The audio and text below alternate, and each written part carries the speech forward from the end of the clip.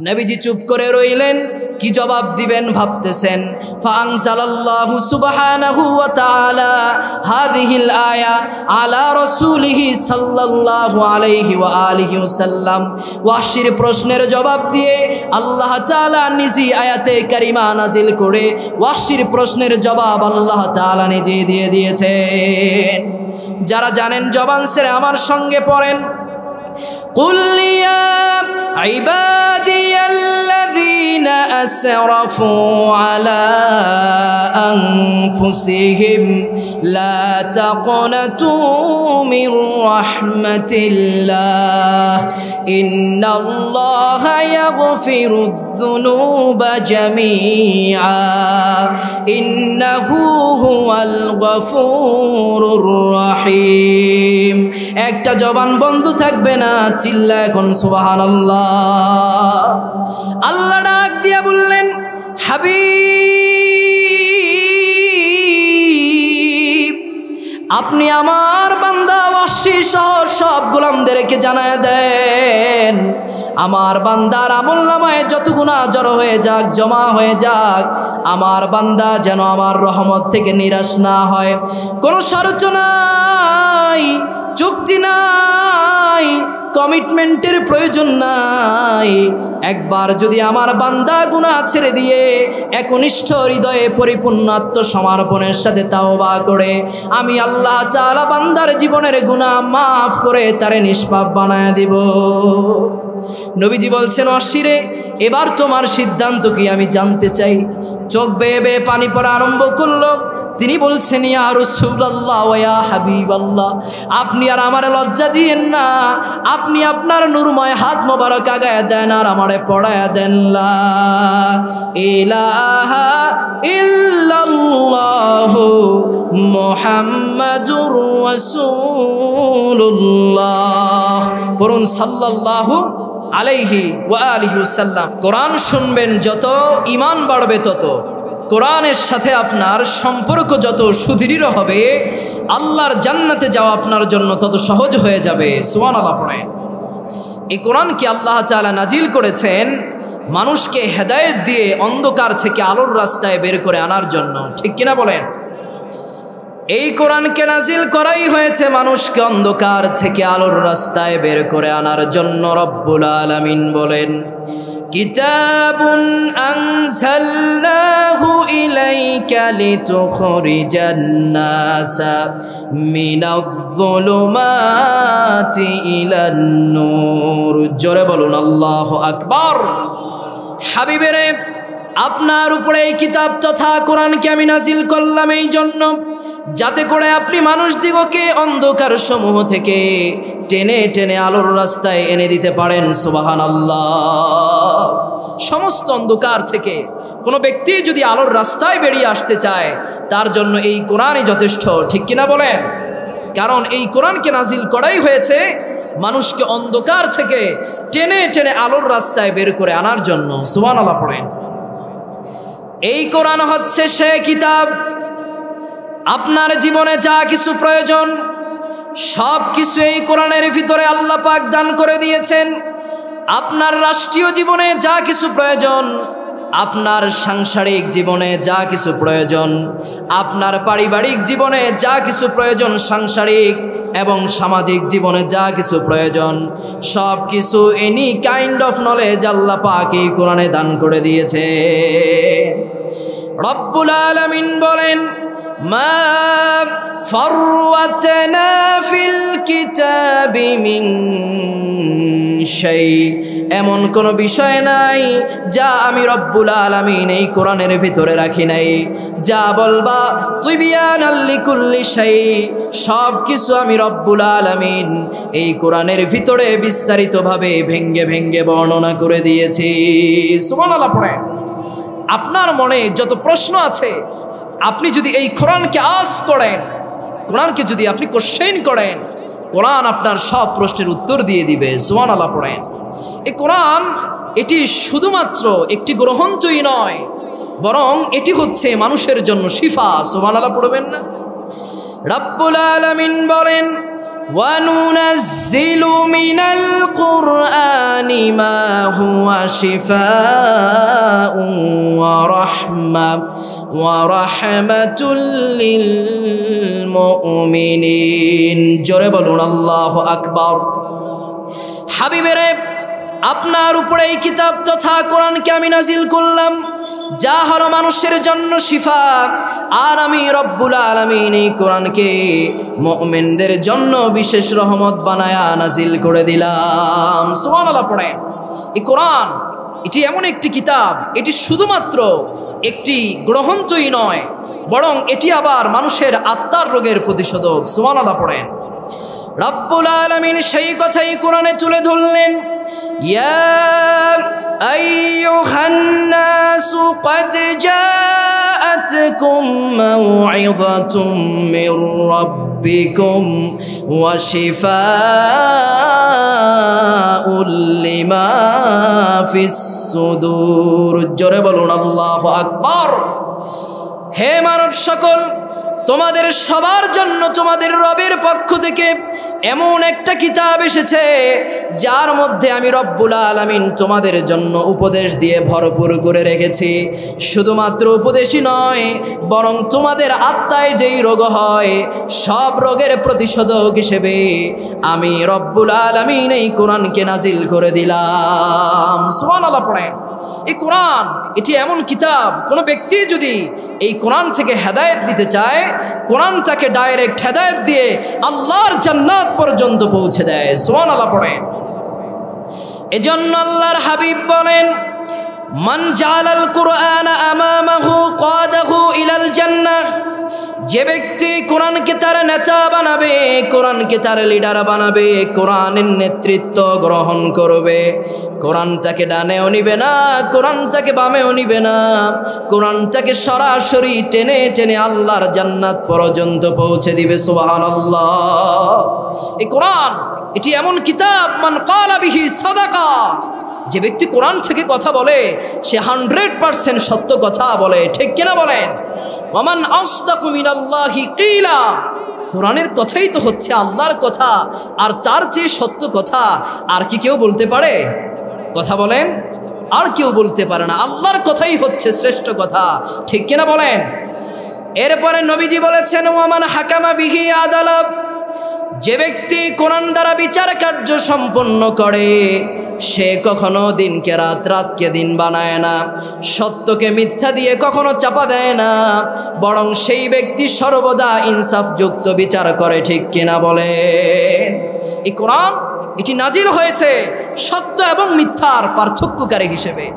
রব্বুল আলামিন বলেন, শাহরু রমাদানাল্লাযী উনজিলা ফীহিল কুরআন হুদাল লিন্নাসি ওয়া বাইয়িনাতিম মিনাল হুদা ওয়াল ফুরকান। জোরে বলুন আল্লাহু আকবার। হাবিবেরে, আর আমি এই কোরআনকে আপনার উপরে রমজান মাসে নাজিল করলাম হুদাল লিন্নাস, যার মধ্যে আমি রব্বুল আলামিন মানুষের জন্য হেদায়েত রেখে দিয়েছি। শুধুমাত্র তাই নয়, ওয়া বাইনাতিম মিনাল হুদা ওয়াল ফুরকান, এবং এই কোরআনের ভিতরে আমি রব্বুল আলামিন সত্য এবং মিথ্যার পার্থক্য রেখে দিয়েছি। সুবহানাল্লাহ।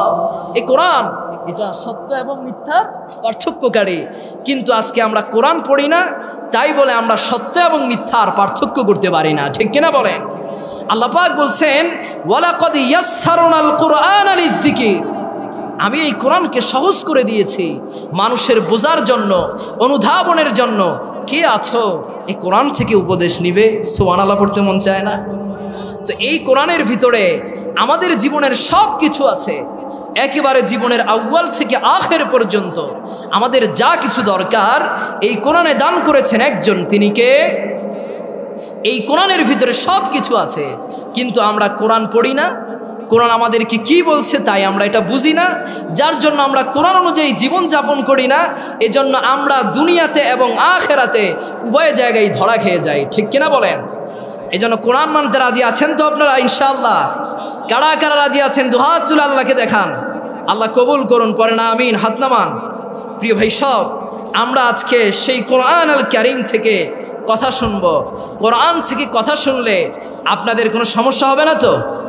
আপনাদের মাইরের ভয় আছে নাকি? জুলুমের ভয়, জেলের ভয় ছিল এক সময়, সেটা দূর হয়ে গেছে, পড়েন আলহামদুলিল্লাহ। প্রিয় ভাই সব, আমরা আর কাল বিলম্ব না করে আমরা একটি আয়াতকে সামনে রেখে কিছু সময় কথা বলতে চাই ইনশাআল্লাহ। আমি আপনাদের সামনে কথা বলবো কোরআন আল কারীমের অন্যতম সূরা, সূরা আত-তাহরীমের ৮ নম্বর আয়াত কারীমা থেকে। কয় নম্বর আয়াত? কোন সূরা? সূরা আত-তাহরীম। আল্লাহ পাক বলছেন, ইয়া আইয়ুহাল্লাযীনা আমানু তুবু ইলাল্লাহি তাওবাতান নাসুহা আসা রাব্বুকুম আন ইউকাফফিরা আনকুম সাইয়্যাতিকুম ওয়া ইউদখিলাকুম জান্নাতিন তাজরি মিন তাহতিহাল আনহার। আল্লাহ যারা বলছেন, ও মাই ডিয়ার বিলিভার্স, হে বিশ্বাসীরা, তোমরা যারা আল্লাহ এবং তার পরকালকে বিশ্বাস করো, তোমরা একনিষ্ঠ হৃদয়ে পরিপূর্ণ আত্মসমর্পণের সাথে তোমরা তাওবা করো। যে তাওবার নাম হচ্ছে তাওবায়ে নাসুহা। কোন তাওবা? সবাই বলেন কোন তাওবা? তাওবায়ে নাসুহা। তাওবায়ে নাসুহা কি? এটা আবার কোনো ব্যক্তির তাওবা নয়, সাবধান। কিন্তু কোরআনের তাফসির মন গড়া করলে হবে না, ঠিক কিনা? তাওবায়ে নাসুহা কি, এর ব্যাখ্যা দিয়েছেন রাইসুল মুফাসসিরিন হযরত আব্দুল্লাহ ইবনে আব্বাস রাদিয়াল্লাহু তাআলা আনহু। তিনি বলেন, তাওবায়ে নাসুহা হলো তাওবাতান মাকবুলাতান ইনদাল্লাহি লা ইয়ারুদ্দু। তাওবায়ে নাসুহা এটা এমন তাওবা ব্যক্তি একনিষ্ঠ হৃদয়ে পরিপূর্ণ আত্মসমর্পণের সাথে করার কারণে আল্লাহ তাআলা ফার্স্ট চান্সই বান্দার তাওবাটা কবুল করেন, বান্দারে আর খালি হাতে ফেরত দেন না। সুবহানাল্লাহ পড়েন। এই তাওবা করলে কি হবে? আসা রব্বুকুম আন ইউকাফফিরা আনকুম সাইয়্যাতিকুম। আশা করা যায় আল্লাহ তাআলা আমাদের অতীত জীবনের গুনাহগুলো মাফ করে দিবেন। ওয়া ইউদখিলাকুম জান্নাতিন তাজরি মিন তাহতিহাল আনহার, এবং আমাদেরকে এমন জান্নাতে প্রবেশ করাবেন যার তলদেশে নহর প্রবাহিত। সুবহানাল্লাহ পড়ে। প্রতিনিয়ত আপনি আমি কত তাওবা করি, সকালে, সন্ধ্যায়, রাতে, কিন্তু আপনার আমার তাওবাটা মাকবুল তাওবা হয় কিনা, তাওবায়ে নাসুহা হয় কিনা, এটা একটু মিলাবার দরকার আছে না নাই? সবাই বলেন, দরকার আছে না নাই? নাকি 2-4 জন মিলালেই হবে? তাওবায়ে নাসুহা কি, এতটুকু আজকে আমরা মিলিয়ে বাড়িতে যাব ইনশাআল্লাহ। আমরা আশা রাখি যে আজকে আমরা এই মাহফিল ময়দান থেকে যারা আমরা এই মাঠ প্রাঙ্গণে বসেছি, আজকে আমরা তাওবায়ে নাসুহা করে একনিষ্ঠ হৃদয়ে পরিপূর্ণ আত্মসমর্পণের সাথে আল্লাহ তাআলার কাছে ক্ষমা চেয়ে নিষ্পাপ হয়ে আজকে আমরা বাড়িতে যাব ইনশাআল্লাহ। প্রিয় ভাই সব, তাওবায়ে নাসুহা তথা মাকবুল তাওবার শর্ত হচ্ছে 3টা। কয়টা? 3টা।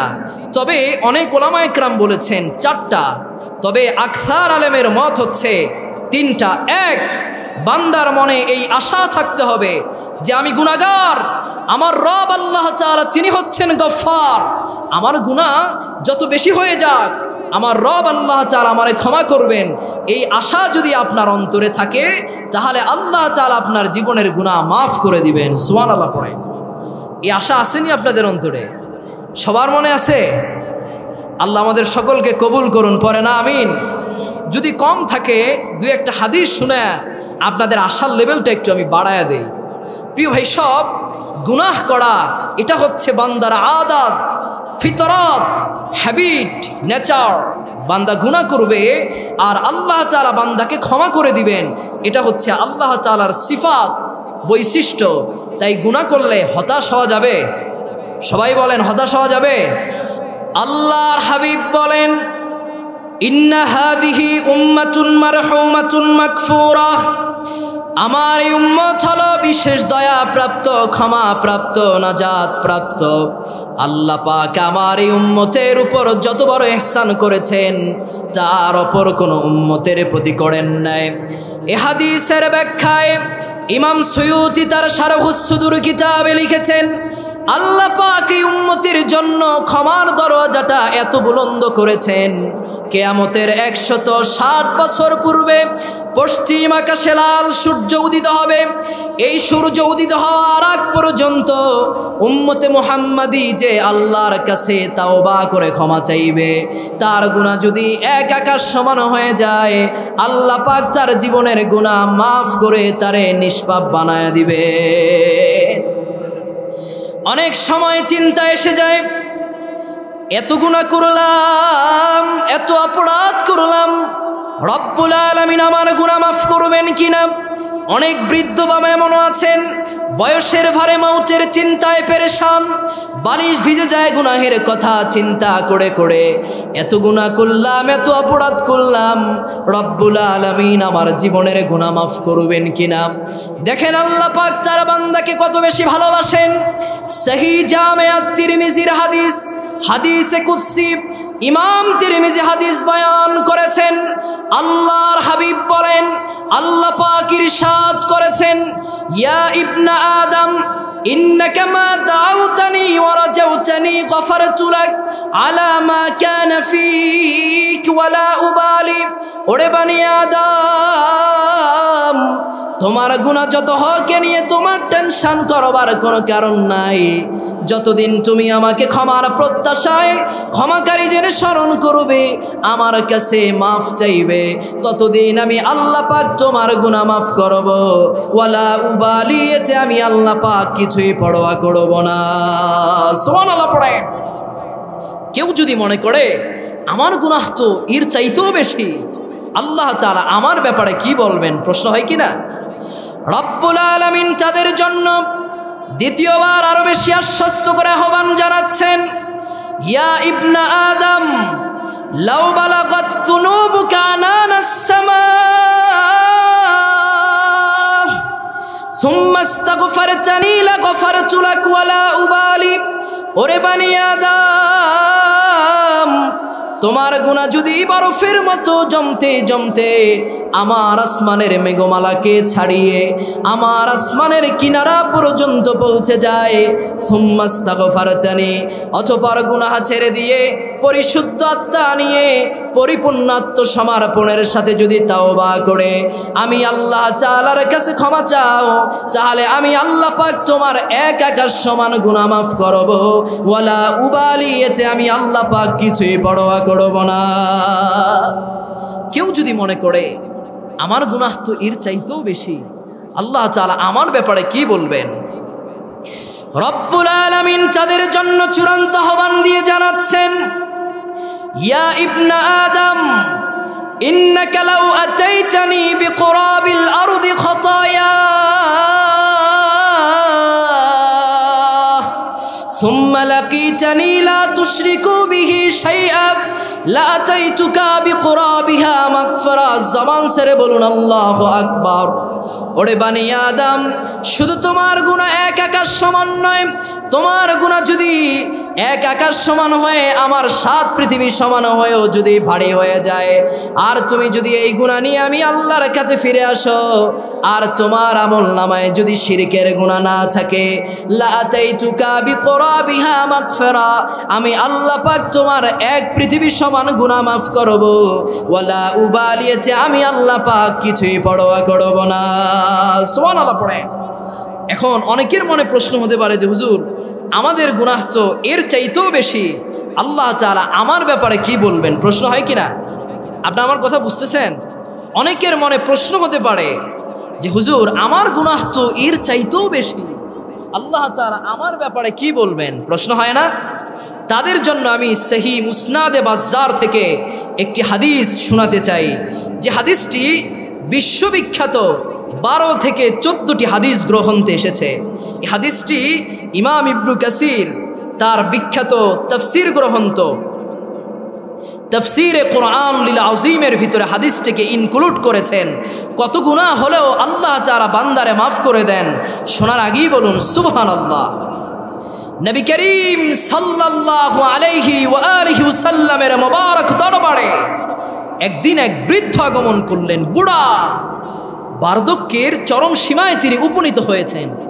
এত বেশি বুড়ো হয়ে গেছেন যে শরীরের চামড়াগুলো ঢিলেঢালা হয়ে গেছে, ভুরু খস পড়ে গেছে, কুজু হয়ে গেছেন, রাসূলুল্লাহর মুবারক দরবারে এসে বলছেন, ইয়া রাসূলুল্লাহ ওয়া ইয়া হাবিবাল্লাহ, আমি শুনেছি কোনো ব্যক্তি যদি আপনার মুবারক দরবারে ক্ষমা লাভের প্রত্যাশে আসে আর আল্লাহর কাছে মাফ চায়, আল্লাহ নাকি তারে মাফ করে দেয়। সুবহানাল্লাহ পড়বেন না? কারণ রব্বুল আলামিন বলেন, ওয়ালাউ আন্নাহুম ইয যালামু আনফুসাহুম জাউকা ফাস্তাগফিরুল্লাহ ওয়াস্তাগফারা লাহুমুর রাসূল লাওয়াজাদুল্লাহা তাওয়াবার রহিমা। জোরে বলুন আল্লাহু আকবার। হাবিবেরে, আমার গোলামেরা আজীবন গুনাহ করে, নফসের উপর জুলুম করে, ক্ষমার প্রত্যাশায় যদি আপনার মোবারক দরবারে এসে হাজির হয়, ওয়াস্তাগফারা লাহুমুর রাসূল, আর আপনি নবীজি যদি তাদের হয়ে একটু সুপারিশ করেন, লাওয়াজাদুল্লাহা তাওয়াবার রহিমা, আমি আল্লাহ তাআলা ওয়াদা করলাম আমাকে তাওবা কবুলকারী রহিম হিসেবে পাবে, আর আমি আল্লাহ তাআলা বান্দার জীবনের গুনাহগুলো মাফ করে নিষ্পাপ বানায়া দিব। নবীজি বললেন, তুমি তাওবা করো, তোমার গুনাহ মাফ হয়ে যাবে। কিন্তু লোকটি কথা শুনেও তিনি প্রশান্ত হলেন না। তিনি বলছেন, ইয়া রাসূলুল্লাহ ওয়া ইয়া হাবিবাল্লাহ, আমি আপনার কাছে জানতে চাই, আল্লাহর কোন গোলাম যদি কেউ এমন হয়ে যায় যার যে গুনাহের এমন কোনো গুনাহ নাই যা সে না করেছে, গুনাহের এমন কোনো রাস্তা নাই যেই রাস্তায় সে বিচরণ না করেছে, বরং গুনাহ করতে করতে সম্পূর্ণ জীবনটাই তার ধ্বংস করে দিয়েছে, তারপরেও যদি সেই ব্যক্তি অনুতপ্ত হয়ে আল্লাহর কাছে ক্ষমা চায়, আল্লাহ কি তার জীবনের গুনাহ মাফ করতে পারে? নবীজি বললেন, তারপরেও যদি সেই ব্যক্তি অনুতপ্ত হয়ে আল্লাহর কাছে ক্ষমা চায়, আমার আল্লাহ তাআলা তার জীবনের গুনাহ মাফ করে তারে নিষ্পাপ বানায়া দিবে। কারণ রব্বুল আলামিন বলেন, ওয়া হুয়াল্লাযী ইয়াকবালুত তাওবাতা আন ইবাদিহি ওয়া ইয়াফু আনিস সাইয়্যাত। তিনি এমন আল্লাহ যিনি বান্দা তাওবা করলে বান্দার তাওবা কবুল করেন, আর বান্দার জীবনের গুনাহ মাফ করে তারে নিষ্পাপ বানায় দেন। নবীজি বললেন, তুমি তাওবা করো, তোমার জীবনের গুনাহ মাফ হয়ে যাবে। তিনি বলছেন, ইয়া রাসূলুল্লাহ ওয়া ইয়া হাবিবাল্লাহ, আমি আপনার কাছে আরেকটা প্রশ্ন করে চূড়ান্ত সমাধান নিতে চাই। ওগো নবীজি, আল্লাহর কোন গোলাম যদি কেউ এমন হয়ে যায় যার আমলনামায় এত বেশি গুনাহ জড়ো হয়ে গেছে, জমা হয়ে গেছে, তার এই গুনাহগুলো যদি পৃথিবীর সবার মধ্যে ভাগ করে দেওয়া হয়, আল্লাহর এমন কোনো গোলাম পাওয়া যাবে না যার উপর আল্লাহ গজব নাজিল না করবেন। তারপরও যদি সেই ব্যক্তি অনুতপ্ত হয়ে আল্লাহর কাছে মাফ চায়, আল্লাহ কি তার জীবনের গুনাহ মাফ করতে পারে? নবীজি বললেন, তারপরও যদি সেই ব্যক্তি অনুতপ্ত হয়ে আল্লাহর কাছে ক্ষমা চায়, আমার আল্লাহ তাআলা তার জীবনের গুনাহ মাফ করে তারে নিষ্পাপ বানায়া দিবেন। সুবহানাল্লাহ পড়েন। নবীজি বললেন, তুমি তাওবা করো, শাহাদা পাঠ করো, পড়েন আশহাদু আল্লা ইলাহা ইল্লাল্লাহু ওয়া আশহাদু আন্না মুহাম্মাদান আবদুহু ওয়া রাসূলুহু। লোকটি শাহাদা পাঠ করলেন, তাওবা করলেন, রাসূলুল্লাহ ডেকে বললেন, তোমার জীবনের সব গুনাহই তো মাফ। সুবহানাল্লাহ পড়েন। You are surprised. তিনি অবাক হয়ে গেলেন, কুজু থেকে সোজা হয়ে দাঁড়িয়ে গেছেন, এত গুনাহ কেমনে মাফ? নবীজি বললেন, শোনো, তোমার গুনাহই মাফ হয় নাই, বরং তোমার জন্য একটা সুসংবাদ আছে। কারণ রব্বুল আলামিন বলেন, ইল্লা মান তাবা ওয়া আমানা ওয়া আমিলা আমালান সালিহান ফাউলাইকা ইউবাদদিলুল্লাহু সাইয়্যাতিহিম হাসানাত ওয়া কানাল্লাহু গফুরুর রহিমা। জোরে বলুন আল্লাহু আকবার। আল্লাহ পাক জানিয়েছেন, হাজার গুনাহের পরও ইল্লা মান তাবা, যে ব্যক্তি গুনাহ ছেড়ে দিয়ে গুনার রাস্তা বন্ধ করে দিয়ে তাওবা করবে। ওয়া আমানা, পূর্বের ইমানদার না হলে নতুন করে ইমান আনবে, আর পূর্বের ইমানদার হলে তাওবার দ্বারা ইমানটাকে নবায়ন করবে। ওয়া আমিলা আমালান সালিহা, আর যেই ব্যক্তি ওয়াদাবদ্ধ হয়ে নেক আমল শুরু করে দিবে, আমার আল্লাহ তাআলা শুধু তার গুনাহ মাফ করবেন না, ফাউলাইকা ইউবাদদিলুল্লাহু সাইয়্যাতিহিম হাসানাত, আমার আল্লাহ তাআলা তার গুনাহ মাফ করে দিয়া গুনাহ পরিমাণ সওয়াব তার আমলনামায় ঢুকে দিয়া তার আমলনামাটারে ভরপুর করে ইনক্লুড করে দিবেন। সুবহানাল্লাহ। নবীজি বললেন তো আর কোনো গুনাহই নাই। সুবহানাল্লাহ কোন, যেই পরিমাণ গুনাহের কথা তুমি আমারে বলেছিলে ওই পরিমাণ সওয়াব আল্লাহ তাআলা তোমার আমলনামায় দিয়া তোমার আমলনামাটারে ভরপুর করে ইনক্লুড করে দিয়েছেন। চিল্লায় এখন সুবহানাল্লাহ। বর্ণনাকারী সাহাবী বলেন, এই কথা শুনে আমি ওই বৃদ্ধর চেহারার দিকে তাকালাম। বিবর্ণ চেহারা নিয়ে এসেছিলেন, বিবর্ণ চেহারায় আমি আল্লাহ নূরের রোশন দেখতে পেলাম। আল্লাহু আকবার পড়েন।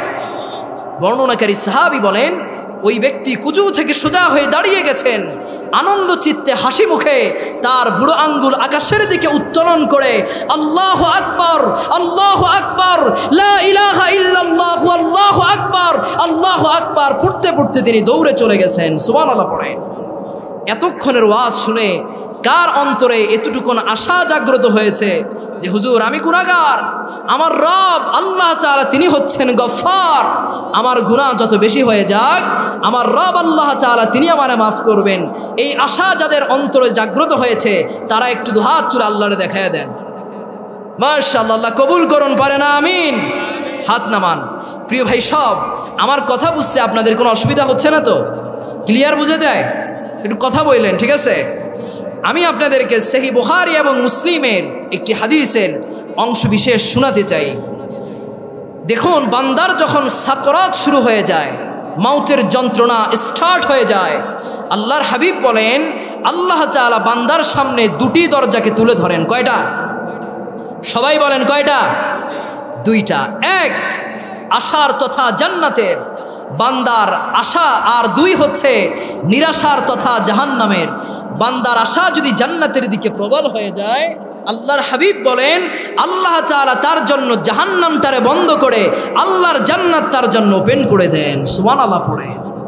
মিয়া সাহেব, আপনি আমি তো মানুষকে মাফ করতে চাই না, কিন্তু কোনো ব্যক্তি যদি একটু একনিষ্ঠ হৃদয়ে পরিপূর্ণ আত্মসমর্পণের সাথে বিনয়ের সাথে একটু আল্লাহর কাছে তাওবা করে মাফ চায়, আল্লাহ তাআলা বান্দারে মাফ করে দিতে চান। সুবহানাল্লাহ। আল্লাহ তাআলা কেমন করে বান্দারে মাফ করেন আমি আপনাদেরকে একটা হাদিস শোনাতে চাই। আপনাদের কোনো অসুবিধা হবে না তো? মক্কা যখন বিজয় হয়ে গেল, নবী করিম সাল্লাল্লাহু আলাইহি ওয়া আলিহি ওয়াসাল্লাম 10,000 সাহাবী নিয়ে মক্কায় আগমন করেছেন। গোটা মক্কায় রাসূলুল্লাহর আগমনী বার্তা শুনে আতঙ্কের জ্বর বইতে লাগলো। আজ রাসূলুল্লাহ সুপারলেটিভ পাওয়ার, সুপ্রিম পাওয়ার নিয়ে মক্কা আল মুকাররমায় আগমন করেছেন। কি নির্যাতন নিপীড়ন আমরা তার উপর চালিয়েছি, আজকে মনে হয় তিনি আমাদেরকে ছাড়বেন না, কড়ায় গন্ডায় প্রতিশোধ নেবেন। ব্যাপারটা কি তাই? সিরাত ইবনে হিশামের মধ্যে ইবনে হিশাম তার উস্তাদ মুহাম্মদ ইবনে সাকাত তাবেঈর সূত্রে লিখেন, মক্কা বিজয়ের দিন আল্লাহর হাবিব 10,000 সাহাবী নিয়ে মক্কায় আগমন করলেন। কাবার চত্বরে দাঁড়িয়ে সমবেত জনতাকে উদ্দেশ্য করে নবীজি একটি ভাষণ দিলেন। নবীজি বললেন, লা তাথরিবা আলাইকুমুল ইয়াওম ইযহাবু ওয়া আনতুমুত তুলাকা। হে মক্কাবাসী, আজ তোমাদের প্রতি আমার কোনো রাগ নাই, ক্ষোভ নাই, হিংসা নাই, কোনো প্রতিশোধ নেওয়া হবে না। ইযহাবু ওয়া আনতুমুত তুলাকা, যাও আজ থেকে তোমরা স্বাধীন মুক্ত। আমি রাসূলুল্লাহ সবাইকে বিনা শর্তে মাফ করে দিলাম। গোটা মক্কায় রাসূলুল্লাহর এক বার্তা শুনে জায়গায় রাসূলুল্লাহর হাতে হাত রেখে হাজারের উপর বেদিন কালেমা পড়ে মুসলমান হয়ে গেছেন। সুবহানাল্লাহ পড়ে। ইমাম ইবনে কাসির তার তাফসীরে কোরআন লিল আযীমের ভিতরে লিখেছেন, ইয়ামেন থেকে 700 লোক এসেছিলেন কাবা জিয়ারতের উদ্দেশ্যে। দূরে দাঁড়িয়ে রাসূলুল্লাহর এই বার্তা শুনে জায়গায় রাসূলুল্লাহর হাতে হাত রেখে কালেমা পড়ে মুসলমান হয়ে গেছেন। সুবহানাল্লাহ পড়ে। এই ওয়াদা নবীজিকে আল্লাহ তাআলা মাক্কি জীবনের শেষ দিকে দিয়েছেন। যারা জানেন তারা একটু আমার সঙ্গে পড়ুন। ইযা জাআ নাসরুল্লাহি ওয়াল ফাতহ ওয়া রাআইতান নাসা ইয়াদখুলুনা ফি দীনিল্লাহি আফওয়াজা ফাসাব্বিহ বিহামদি রাব্বিকা ওয়াস্তাগফির ইন্নাহু কানা তাওয়াবা। হাবিব, আমি আল্লাহর পক্ষ থেকে যখন সাহায্য আর বিজয় আসবে, আপনি দেখবেন দলে দলে লোক শিরিক ছেড়ে দিয়ে কুফর প্রত্যাখ্যান করে ইসলামের ছায়াতলে সে কালেমা পড়ে মুসলমান হয়ে যাবে। সুবহানাল্লাহ পড়ে। তবে এর জন্য ডোন্ট বি ফ্রাস্ট্রেটেড, চিন্তার কোনো কারণ নাই। আর একটু ধৈর্য ধরতে হবে, আর একটু মার খেতে হবে, আর একটু জেলখানায় বন্দী হতে হবে, তারপরেই বিজয় আসবে। ঠিক কিনা বলেন?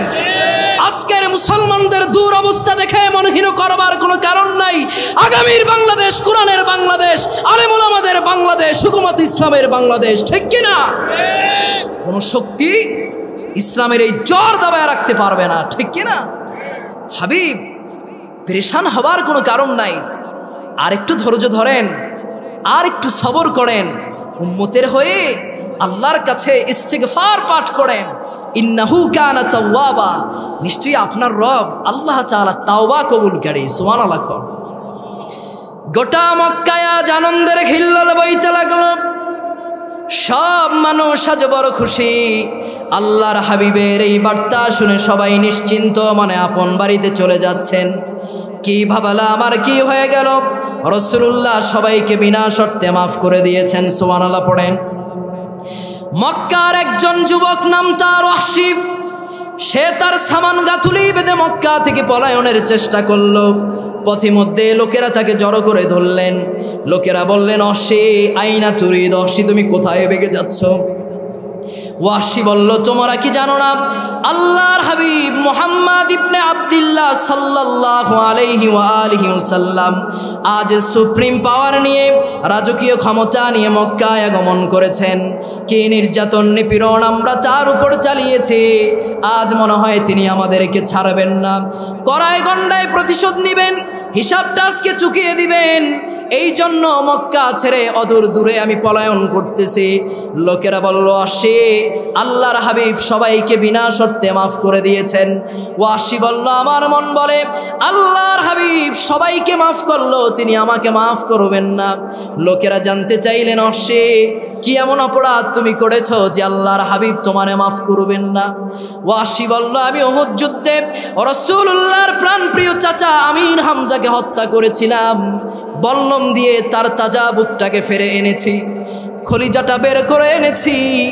আবু সুফিয়ানের স্ত্রী হিন্দা তার দাঁত ধারা চরবণ করেছে। আমার মন বলে আল্লাহর হাবিব তার স্মৃতিবট থেকে হাজারো দৃশ্য মুছে ফেলতে পারেন, কিন্তু চাচার করুণ মৃত্যুর দৃশ্য তিনি কখনো ভুলবেন না। আর আমি ওয়াহশীকে তিনি কখনো ক্ষমাও করবেন না। লোকেরা বলল, ওয়াহশী ভাগবার কোনো কারণ নাই, পালাবার কোনো প্রয়োজন নাই। তুমি তো আল্লাহর হাবিবের দয়া মায়া আর উদারতার কথা জানো না। একবার রাসূলুল্লাহর কদম মোবারকে হাজির হয়ে ক্ষমা চাও। তোমার মতো হাজার পাপী রাসূলুল্লাহ বিনা শর্তে এক মুহূর্তে মাফ করে দিতে পারেন। সুবহানাল্লাহ পড়েন। ওয়াহশী বলে, আমি ভয়ে ভয়ে রাসূলুল্লাহর মোবারক দরবারে আসলাম, নবীজিকে সালাম দিলাম। নবীজি আমার সালামের জবাব নিলেন, বললেন, কে তুমি? আমি বললাম, আমার নাম ওয়াহশী। কোন ওয়াহশী? আপনার চাচা আমির হামজার হত্যাকারী ওয়াহশী। আচ্ছা ভাই বলেন তো, আপনার বাপদাদার হত্যাকারী যদি চোখের সামনে পাইতেন বা আমরা পাইতাম, দেখা মাত্রই তার পিটায়া 3 মাসের হাসপাতালের বেড রেডি রাখতাম। ঠিক কিনা বলেন? আজ একই এলাকার মানুষ, হয়তো সে একটা আদর্শ লালন করে, আপনি একটা আদর্শ লালন করেন। এই আদর্শিক দ্বন্দ্ব থাকার কারণে নিরপরাধ মানুষদেরকে হামলা মামলা দিয়ে জেলখানায় পচায় এমন কুলাঙ্গার আছে না নাই? দেখেছেন আপনারা বিগত দিনে। ঠিক কিনা? তারা চায় কোরআনের আলোকে নিভিয়ে দিতে, পারবে তারা? পারবে না। প্রিয় ভাই সব, আজকে একই এলাকার মানুষ, হয়তো সে একটা আদর্শ লালন করে, আমি একটা আদর্শ লালন করি, এই আদর্শিক দ্বন্দ্ব থাকার কারণে মানুষ কতটা নিচু মনের হতে পারে, খারাপ মানসিকতার হতে পারে, মামলা দেয়, মোকদ্দমা দেয়, জেল দেয়, জুলুম দেয়, এরপরে দিনের পরে দিন, রাতের পরে রাত রেখে মানুষদেরকে অন্ধকার জেলখানার ভিতরে ইনজেকশন পুশ করে মারে। ঠিক কিনা বলেন প্রিয় ভাই সব? এই জন্য দলাদলি বাদ দেন। যেই ব্যক্তি কালেমা পড়েছে সেই ব্যক্তি আমার ভাই, এই চিন্তা অন্তরে লালন করেন। কে সুন্নি, কে কওমি, কে দেওবন্দি, কে আলিয়া, কে খারিজি, এত কিছু দেখার সময় নাই। এখন সময় এসেছে আমাদের ঐক্যবদ্ধ হওয়ার। ঠিক কিনা বলেন? মুসলমানরা যদি এখন ঐক্যবদ্ধ হতে না পারে, ভবিষ্যৎ মুসলমানদের বড় ভয়ঙ্কর হবে। ঠিক কিনা বলেন? এই জন্য এখনই ঐক্যবদ্ধ হতে হবে। ঐক্যবদ্ধ হওয়ার এখনই সময় এসেছে। ঠিক কিনা বলেন? আমি কি করতাম? আগে দিতাম মায়ের। আর অশ্বে কি বলতেছে? আমি বললাম, ইয়া রাসূলুল্লাহ ওয়া ইয়া হাবিবাল্লাহ, আমি আপনার চাচা আমির হামজার হত্যাকারী। ওয়াসি বলেন, এই কথা বলে আমি রাসূলুল্লাহর নূরময় চেহারা আনোয়ারের দিকে তাকালাম। কোন রাগ, ক্ষোভ, হিংসা, প্রতিশোধের ছাপ আমি দেখতে পেলাম না, বরং রাসূলুল্লাহর মুস্কি হাসির মধ্যে আমি আমার ক্ষমার আগাম সুসংবাদ পেয়ে গেলাম। সুবহানাল্লাহ পড়ে। নবীজি বললেন, অশ্বিরে কেন এসেছো, কি চাও? আমি বললাম, আতাইতুকা ইয়া রাসূলুল্লাহ উরিদু আন মুসলিম। ওগো আল্লাহর হাবিব, আমি আপনার কাছে ক্ষমা চাইতে এসেছি। আর আপনি যদি আমি অশ্বিরে ক্ষমা করে দেন, আমি আপনার হাতে হাত রেখে কালেমা পড়ে মুসলমান হয়ে যাব। তবে নবী, আমার একটা শর্ত আছে। লা উসলিমু হাত্তা আসমা কালাম আল্লাহ। ততক্ষণ পর্যন্ত আমি অশ্লী কালেমা পড়ে মুসলমান হব না, যতক্ষণ না আল্লাহ তাআলা ওহীর ভাষায় আয়াতে কারিমা নাজিল করে এই কথা না জানাবেন যে আল্লাহ পাক আমি অশ্লীকে ক্ষমা করে দিয়েছেন। ততক্ষণ পর্যন্ত আমি অশ্লী কালেমা পড়ে মুসলমান হব না। আল্লাহু আকবার বলেন। আপনার আমার মতে ডাবল মাইরের কাজ করছে। ঠিক কিনা বলেন? এক তো করছে চাচারে হত্যা, আবার আয়সা বলতেছে যে আমারে মাফ করতে আল্লাহর আয়াত ওহী নাজিল করতে হবে, না আমি মুসলমান হইতাম না। চিন্তা করেন। নবীজি বললেন, অশ্বিরে এই যদি তোমার ইরাদা হয়, তাহলে তোমারে আমি আল্লাহ রাব্বুল আলামিনের একটা দয়ার সিদ্ধান্তের কথা শোনাই। আমার রব আল্লাহ তিনি জানিয়েছেন, ওয়াল্লাযীনা লা ইয়াদউনা মা'আল্লাহি ইলাহান আখার ওয়া লা ইয়াকতুলুনান নাফসাল্লাতী হারামাল্লাহু ইল্লা বিল হক ওয়া লা ইয়াজনুন। ওয়াহশির আল্লাহ পাক জানিয়েছেন, ওয়াল্লাযীনা লা ইয়াদউনা মা'আল্লাহি ইলাহান আখার, যে বা যারা আল্লাহর সাথে অংশ স্থাপন করে শিরিক করেছে, ওয়ালা ইয়াকতুলুনান নাফসাল্লাতী হারামাল্লাহু ইল্লা বিল হক, অন্যায়ভাবে কোন নিরপরাধ মানুষকে হত্যা করে নেয়, জেনা, ব্যভিচার, ধর্ষণ করে নাই, এই তিনটা অপরাধ যার আমলনামায় না থাকবে, আমার আল্লাহ তাআলা সাধারণ ক্ষমা দিয়া ওই বান্দাদেরকে মাফ করে দিবে। নবীজি বললেন, অশে তুমি তাওবা করো, ঈমান আনো। বিস্তারিত লম্বা ঘটনা আমি সংক্ষেপে ছেড়ে দিচ্ছি। ওয়াহশী তার ভাষায় জবাব দিলেন, ইন্নী আরা ফীহি শারতান আইদান ইয়া রাসূলুল্লাহ ওয়া হিয়া মাশিয়াতুল্লাহি আযজা ওয়া জাল ফালাআল্লি মিম্মান লাম ইয়াশাউল্লাহ। ওগো আল্লাহর হাবিব, আল্লাহ তো তার বান্দাকে মাফ করবেন, কিন্তু আমি তো জানি না আল্লাহ কারে মাফ করবেন কারে করবেন না। এই আয়াতে তো সেরকম কোনো কিছুই উল্লেখ নাই। ওগো নবীজি, আপনি আমার বিদায় দেন, আমি অশী কালেমা পড়ে মুসলমান হব না।